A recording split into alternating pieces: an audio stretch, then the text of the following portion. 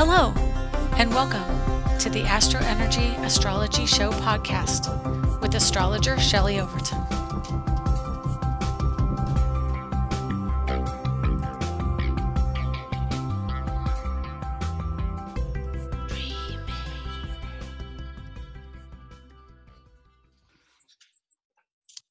Hey, it's me, Shelley, and welcome to the August 18th. Oh, have mercy. I think it's the 19th already edition of the AstroEnergy Astrology Show. Yep, it's August 19th, 2020.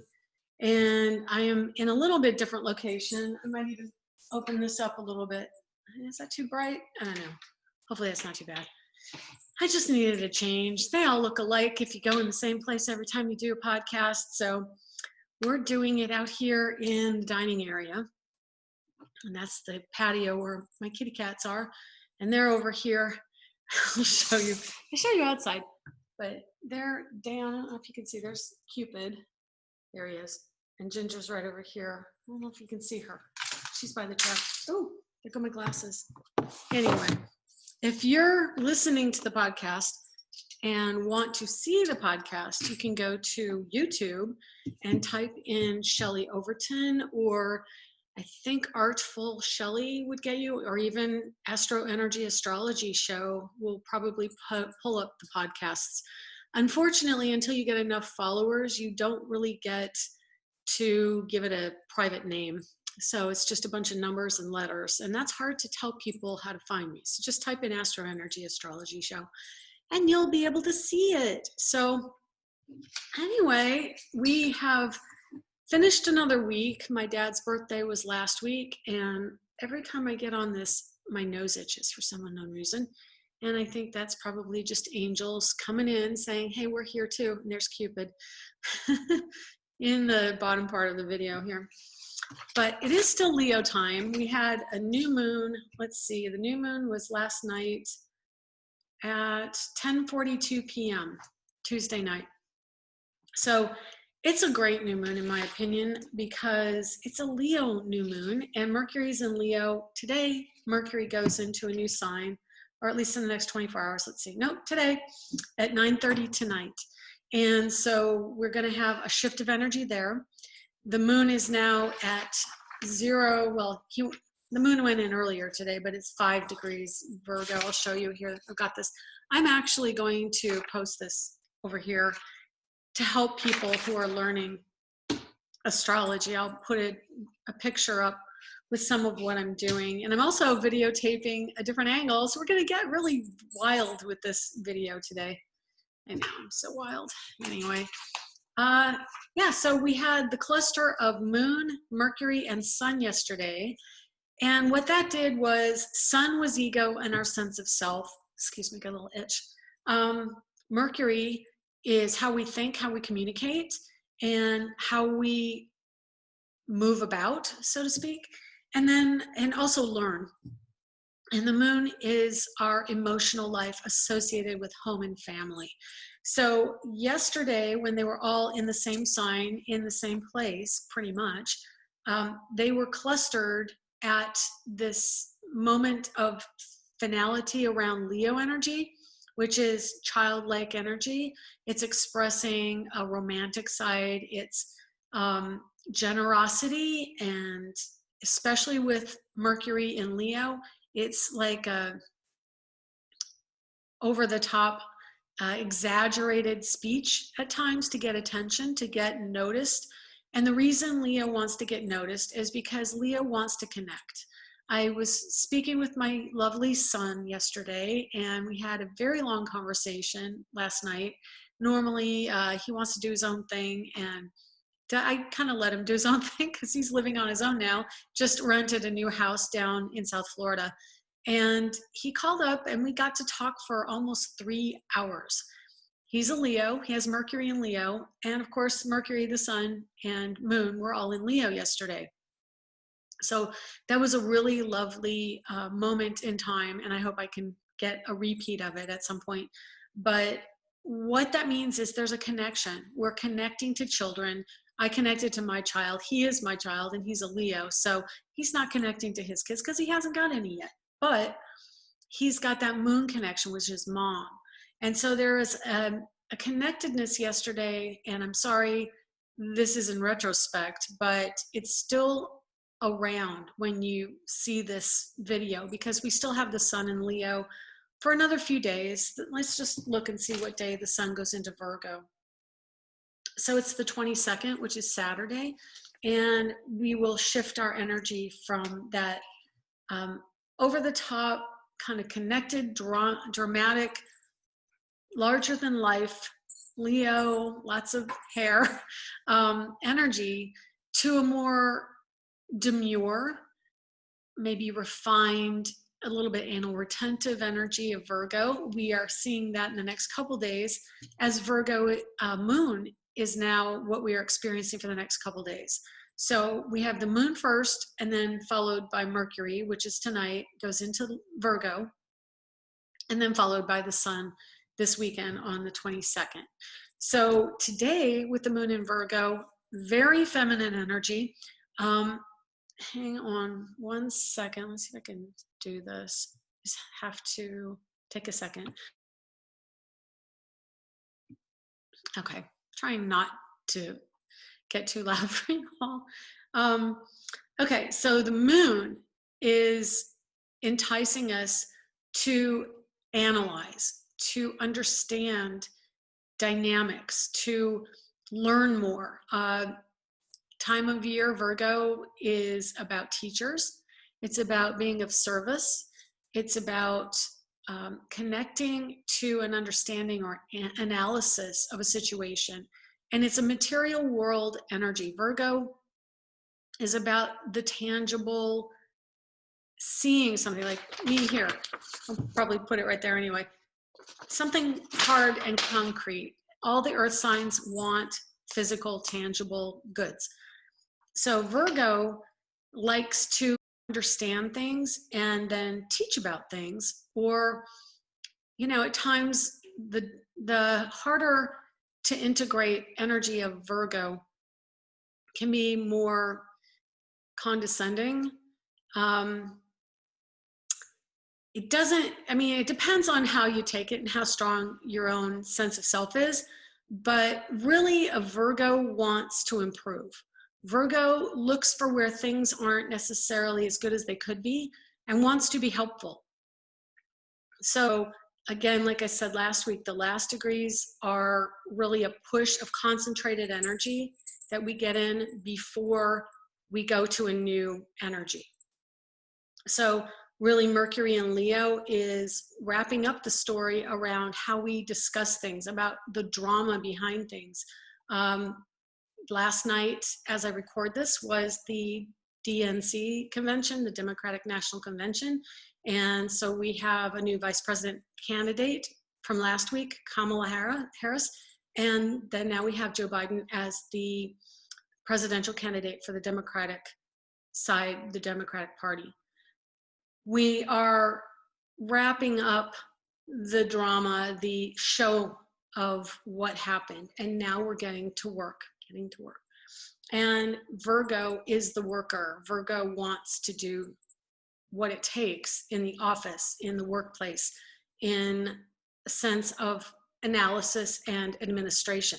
So we will be doing that. And Mercury is moving into that same energy tonight. So Mercury is in one of the two signs that are his own domain. And so the domain of Mercury is Virgo and Gemini. And Virgo is the earth energy, Gemini is the air energy. They actually square each other in the zodiac. So Gemini comes at things from an analytical standpoint, but is more conceptual and has ideas and is much more, let's throw it on the wall, see if it sticks kind of personality. Whereas Virgo is more down to earth. And so both of them rule really not just a single route, but Virgo will give options. You can get multiple contracts signed. You know, Virgo is about the keeper. Honestly, even though Mercury is the ruler, the Vestal Virgins, to me, Vesta, that energy really strongly links into Virgo. So I'm getting a little hot, so if you can hear this. And I have my little Tinkerbell earrings. I made these this week. with stars for my astrology. And then the little bells, I found these in my bead kit, and I just thought it was so cute. So if you can hear it, I'll ring it there for my podcast listeners. But yeah, so I call them Tinkerbell, the stars and the bells. Anyway, I digress, but not surprising. That's also another thing Mercury can do to us, is get us off on a tangent where we explore the ideas. And my conversation with my son last night was almost 3 hours long, because he loves to conceptualize. And he's got a ton of Aquarius. If you listen to the podcast, you know my son's got an Aquarius rising, Aquarius moon, Aquarius Neptune, and Uranus in Aquarius. So his chart is, and you know, it's his rising sign, it's in his first house. So he's lit up with all this electrical energy and mental energy. But he also has Mercury in Leo. And so he loves to paint larger than life. Mercury in Virgo feels so much more comfortable for those of you who are earth signs or potentially air signs, especially Gemini and Aquarians, because Mercury makes things happen in Virgo. He's not just out there having ideas or wanting things to happen. He's actually making things happen. And so we're going to see that energy, and that I believe is going to last. It can last up to a month, but honestly, I think it's only going to last a few weeks. So let's just check it out, shall we? Virgo, Mercury ends on the 5th of September. So yeah, it's really only like 3 weeks. And then we go into Scorpio, and I will tell you the last, well, Libra, excuse me. I don't know why I thought Scorpio, probably because my brain works in Scorpio. But that's the energy that we're going to have the retrograde. Well, and I take it back. Okay, calm down, back up. I have a couple Libra Mercury energies coming in here on my ephemeris. So I was looking ahead. Mercury in Libra goes on the 5th of September, and then goes into Scorpio on the 28th of September, 27th. And then when he's in Scorpio around the 13th, 12th, 13th of October, Mercury retrogrades for 3 weeks and then turns direct on the election day in America here. So that'll be interesting. We've already talked about that a bit. We're not going to get into that again. So anyway, we've got Moon, Mercury, Sun today, all clustered around the same part of sky. And so we're really understanding the work that needs to take place. Of course, Leo Sun, Leo Mercury is children, and then teachers are under the moon. So today is really the buckle down and figure out how the system's going to work with education this year. They are all in conjunct or 150 degrees away on the chart. I'll just show those of us who are seeing the video right there. And they are 150 degrees apart from Jupiter, Pluto, and Saturn. And so that's a difficult energy for Mercury and the Sun today, because they are feeling a stress aspect. They are not feeling represented or heard on some level. Definitely, this is a degree that people who were born in the 40s, and I'm not sure into the 50s, but definitely in the 40s maybe into the late 50s. I'd have to look it up. They had Pluto in Leo, and they were N degrees of Leo towards the mid 40s, I believe, 1940s. So Trump has Pluto in Leo. My parents have Pluto in Leo. They're in their late 70s. That's the generation that really feels this aspect today and yesterday with the new moon. And it's the moon energy is right next to the sun. So it's being overshadowed, so to speak, or overshined by our egos, by the sun. And so there's this sense of larger than life self, so to speak, that came in with this energy. And because it's on the Pluto that was, but is now currently in a negative aspect or a difficult aspect to the Pluto that is, we are going to be feeling it collectively, more so the septuagenarians, big word, the ones in their 70s, are going to be really feeling this energy strongly, or anybody with late degree Leo sun or planets. It's going to be an internal conflict to understand what's going on. Late degree Capricorn planets are wanting us to review, because they're all retrograde right now. They want us to review what's happened with government, with systems, with tradition, and where we're going as a country, as how do we move through this energy to a stronger government system. Pluto rules politics, and Saturn rules authority figures and systems. And Jupiter is the planet that we look to for spiritual growth, expansion, connectedness to other cultures and other communities. So we are seeing this kind of combustion energy around ego and how we talk and where are we headed. It's a very, like, this is of course the time that we had conventions nominating presidents and political ideology, because this energy right now is triggering that. And of course it's this time of year as well. We've got the Virgo time of year, which is learning and growth from that. And then we are approaching the fall signs, which are Virgo. Well, I'm a Virgo, and I always say I was born in summer, but because of school, it does feel like fall. I can feel a change at night here. I know that people are feeling that shift. My daughter already has pumpkin spice on her mind, but we're moving into Libra, Scorpio, and Sagittarius. And those are the signs that bring about the mindset of the end of year, the end of a story, and really getting ready for the harvest and for the winter, and culminating some of what we've been working on throughout the spring and the summer.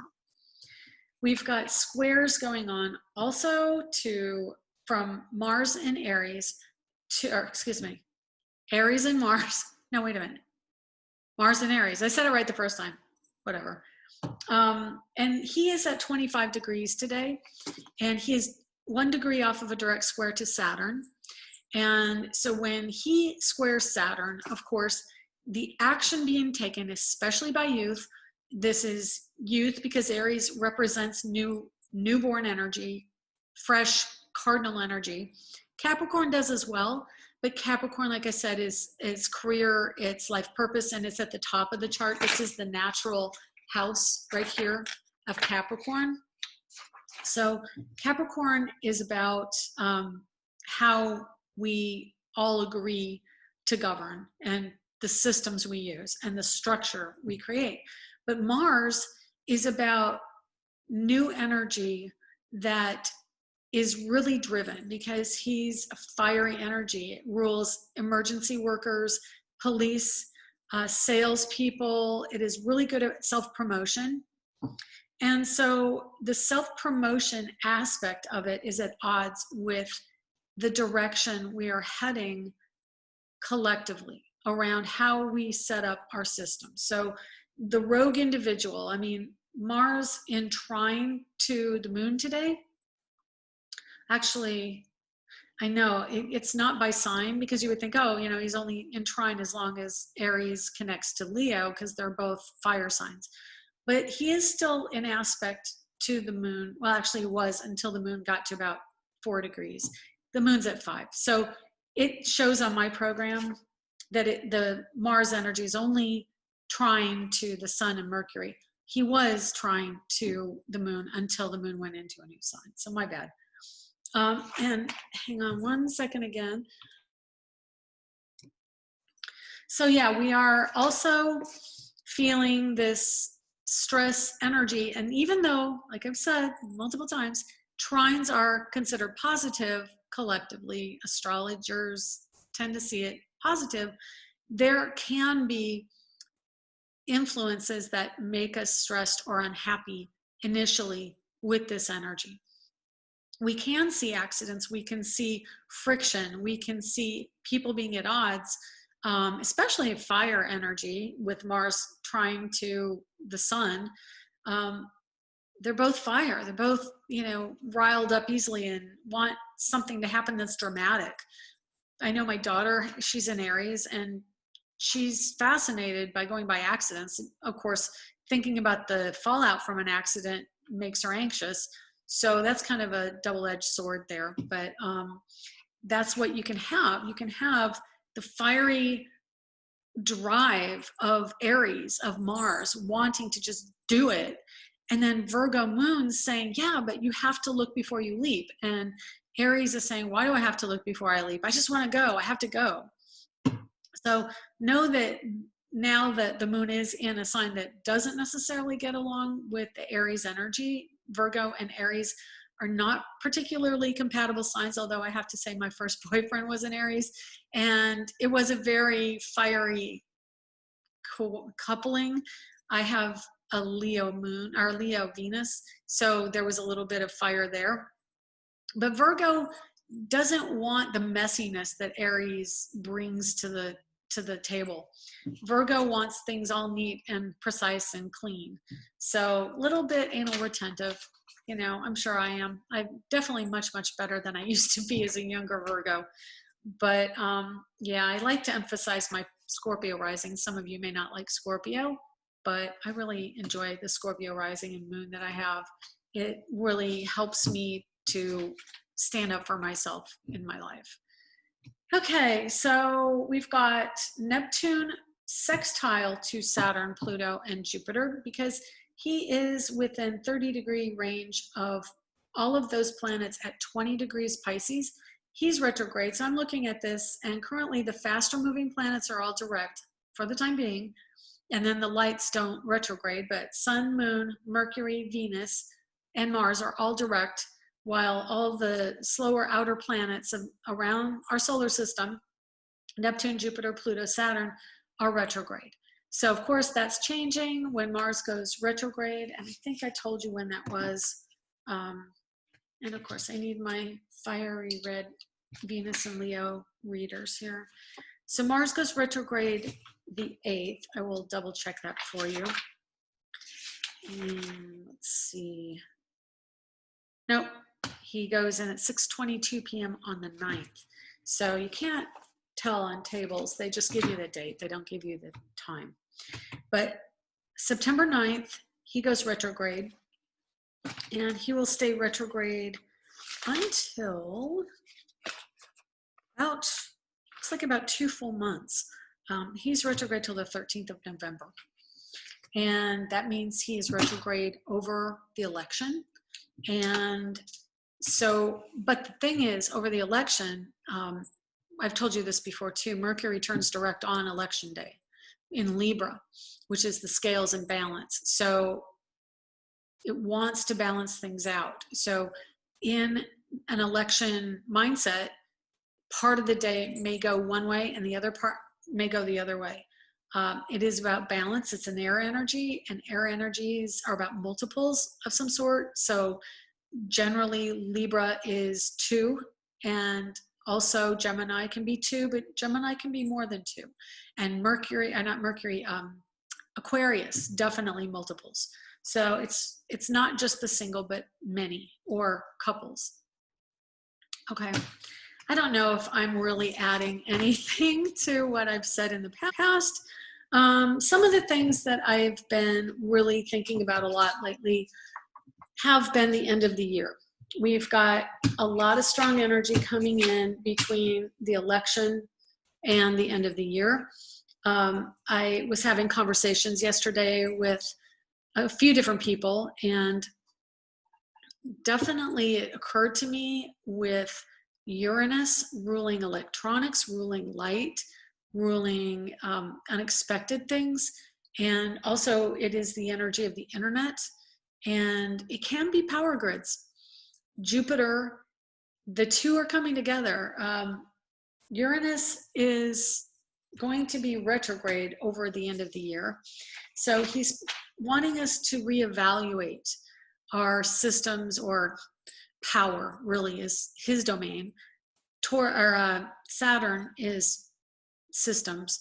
Uranus is about power and independence.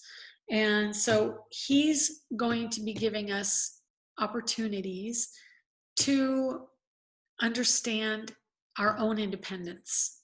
And in the sign of Taurus, it's about the tangible world. It's about money. It's about agriculture and food, and it's about how we interact with others based on values. And so those are all areas that we are going to be really evaluating as we get closer to what's coming in with Jupiter and Saturn moving into Uranus's sign. So when Uranus and Jupiter move into Aquarius, they basically answer to Uranus. And Uranus will be retrograde, meaning we're going back over these ideologies, these ideas. And so as I was having these conversations yesterday, it occurred to me that if there were, and believe me, there have been ways that I've heard of in these conversations that could potentially damage our electricity in the country. Independently, if you know this power company, that power company, that power company, there could potentially be something, especially with the electronic connection to Aquarius and Uranus coming at the end of the year, where our electricity could get hit. So it occurred to me, living with elderly parents who are not used to having things shift and change in an unexpected way, that's an issue. And we all need to really evaluate, what would we do if our systems, if our day-to-day lives were grossly affected by, really, for what I see is kind of Cold War potential. You know, we don't even know how deep some of these technological systems are within our phones, within our TVs. Our cars now have computers. I go out on the road and they have the E-Pass in Florida. They have technology that reads the card reader and charges you for using the road. I think about brand new cars. My car is about 10 years old, but brand new cars, of course, they're going to have something in them that helps them with GPS or even to pinpoint where people are. It's probably going to continue to develop. But as we get towards the end of the year, the unexpected is really the focus, especially in the material world with Uranus and Taurus. So I guess what I was thinking is not meant to scare you, but really meant to give you a broader sense of how to be in this new energy. And the new energy is not as stable as the old, at least currently. I mean, maybe there will be a time when it stabilizes more, but what we're going into is Aquarian times. And by nature, by history, Aquarius is unpredictable. And that means, you know, you have to prepare. You have to prepare for any contingency. I live in Florida. It's a hurricane state. So, of course, my electricity can get knocked out for days. I had it out for 10 days a year ago when I was getting ready. Well, it's actually may have been 2 years now. But a hurricane happened the week of my birthday last year, hoping that doesn't happen again. But having no electricity for whatever cause needs to be something we consider. And I'm really, in the last 3 or 4 months, I've been trying to move away from more fearful messages. But I can tell you, being an astrologer, there's a lot of shift and change, and there's a lot of intensity that is seen in what's going on in the sky right now. So we have to be prepared. And I personally do not feel very afraid overall. I feel like whatever inconvenience we have in our modern days, they lived without 100 years ago, 200 years ago. Life still happened. You know, we still had children being born and people dying. You know, life goes on. So instead of being all Chicken Little and feeling like you have to go around with your head cut off, just think about what would happen if you had to survive for a week without electricity. You know, do you have charcoal briquettes? Do you have matches and lighters? Do you have a way to keep food? You know, there's probably not going to be, unless you have ice in your freezer, I don't know how to refrigerate for long periods of time without electricity, but you can get seeds. You can grow food if it lasts for any length of time. So I guess what I'm saying is just consider stocking up on a few extras. And I know I listened to Ann Ortley's podcast too, and she's been talking about this for months. I'm not trying to reiterate her podcast. I'm just telling you what I see and what I want to express. So I do agree with her that better safe than sorry. It's better to be prepared. And so I guess I'm just going to tell you that with this podcast, that we need to be aware, because we don't know what's going to happen the rest of this year and maybe early next year. Uranus, when I think it was either Mercury or the moon was in Aquarius in 2000, whatever it was. What are we in? 2015 for the election, 14. Gosh, I don't even remember. 16?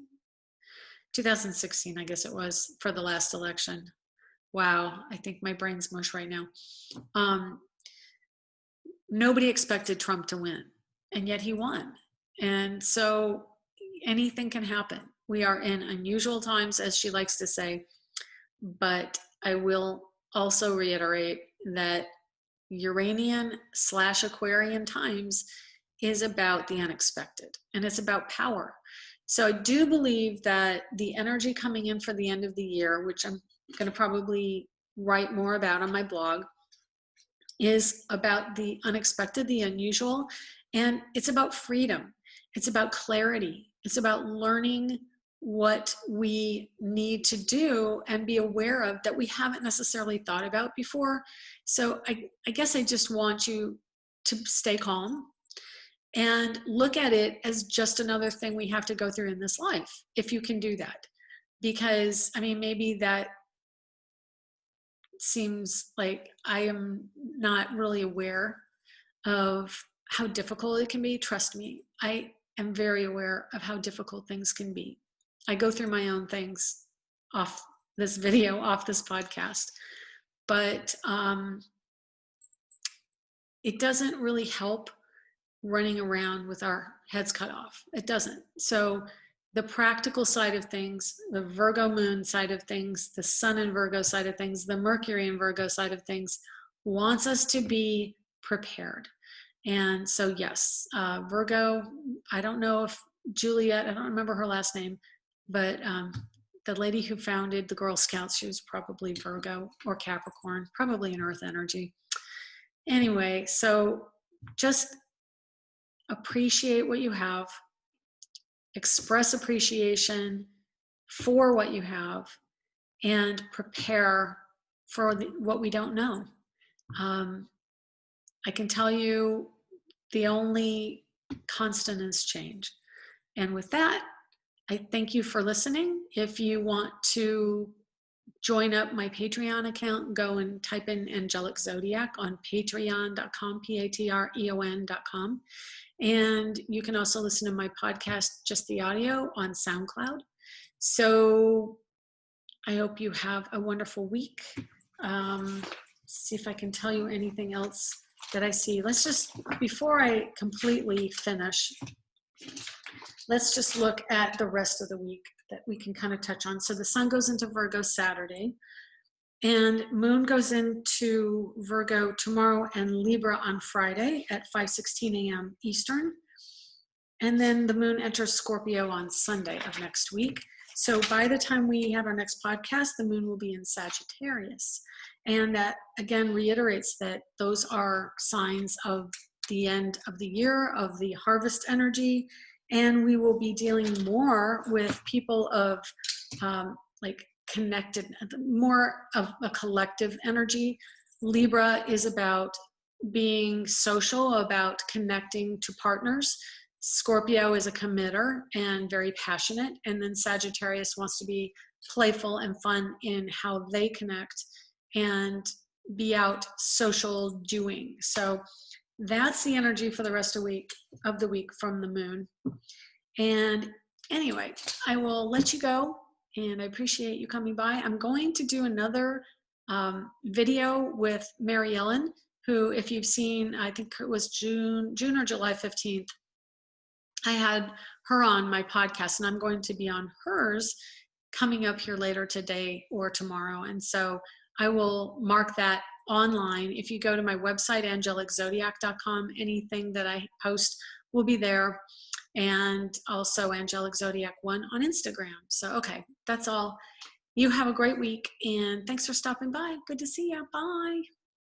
You have been listening to the AstroEnergy Astrology Show. If you would like to get a private reading with Shelley, please contact her through angeliczodiac.com or at so@angeliczodiac.com. You can arrange a reading through the Angelic Zodiac page at facebook.com as well. Check out Angelic Zodiac on Instagram for up-to-date information on events, discounts, blogs and planetary transits at Angelic Zodiac 1 on Instagram. If you would like to see Shelley's art, ShelleyOverton.com, or for astrology art, go to astroart.net. Music provided by Kevin MacLeod at incompetech.com. Other music will be credited within the show. Advice given in the program is intended for entertainment purposes only. Join us here next week for more of the AstroEnergy Astrology Show podcast. You can find us on iTunes and Google Play, and where podcasts are accessed.